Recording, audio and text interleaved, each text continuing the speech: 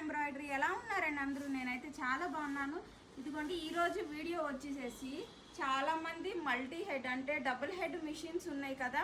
ఈ double head మిషన్స్లో 2 hands ఒకేసారి వేసేయచ్చు, times ఏమో సేవ్ అయిపోతుంది అనుకుంటాము.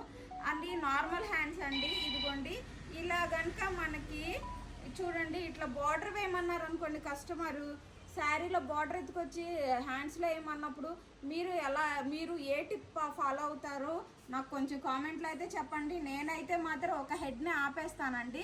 ఆపేసి ఎందుకు అనంటే ఎడ్జెస్ వరకు రన్ అయ్యేంత వరకు నేను ఒక హెడ్ని ఆఫ్ చేసేస్తాను, సెకండ్ ఇంకో హెడ్ని రన్ చేస్తాను అనమాట. ఓకేనా?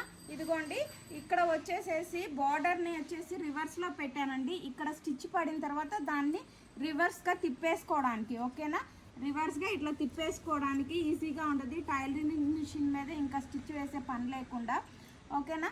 ఇట్లా డబుల్ హెడ్ ఉన్న వాళ్ళు ఎలా అయితే యూస్ చేస్తారో నాకైతే కొంచెం కామెంట్ సెక్షన్లో అయితే కామెంట్ చేసేయండి. ఓకేనా? Thank you.